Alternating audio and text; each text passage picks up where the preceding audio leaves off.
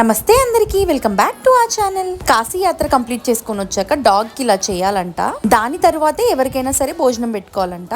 నేను ఇది ఎప్పుడు వినలేదు, చూడలేదు. మా అత్తయ్య వెళ్లారు కాబట్టి నాకు క్లియర్ గా చెప్పారు. ఒక డాగ్ ని తీసుకొచ్చి పసుపు కుంకుమ పెట్టి పైన టవల్ కప్పేసి గారెలతో దండ చేసి దాని మెళ్ళో వేశారు. తర్వాత దానికి ఫుడ్ కూడా పెట్టారంట.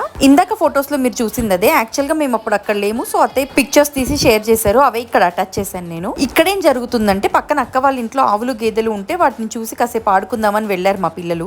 సిటీస్ లో ఉండి ఉండి ఈ ఆవుల్ని గేదెల్ని డైరెక్ట్ గా చూడడం అనేది మర్చిపోతున్నారు ఈ జనరేషన్ లో పిల్లలు. ఏమైనా టీవీలో లేదంటే బుక్స్ లో చూస్తే తప్ప వాళ్ళకి ఇది అనేది తెలియట్లేదు. మేము ఎప్పుడు బాణాపురం వెళ్ళినా పిల్లల్ని అలా కాసేపు వదిలేస్తాము. సో దట్ ఆ టచ్ అండ్ ఫీల్ ఉంటది యానిమల్స్ తో. చూసిన దానికి వాళ్ళంతటా వాళ్ళు టచ్ చేసి ఫీల్ అయిన దానికి చాలా డిఫరెన్స్ ఉంటుంది. మనం ఎంత టైం స్పెండ్ చేసాము అనే దానికంటే ఎంత క్వాలిటీ టైం స్పెండ్ చేసాము అనేది చాలా ఇంపార్టెంట్. కార్తీ అయితే సూపర్ క్వాలిటీ టైం స్పెండ్ చేశాడు వాడి కజిన్స్ తో. ఈ వీడియో కింతే bye bye and stay tune for more.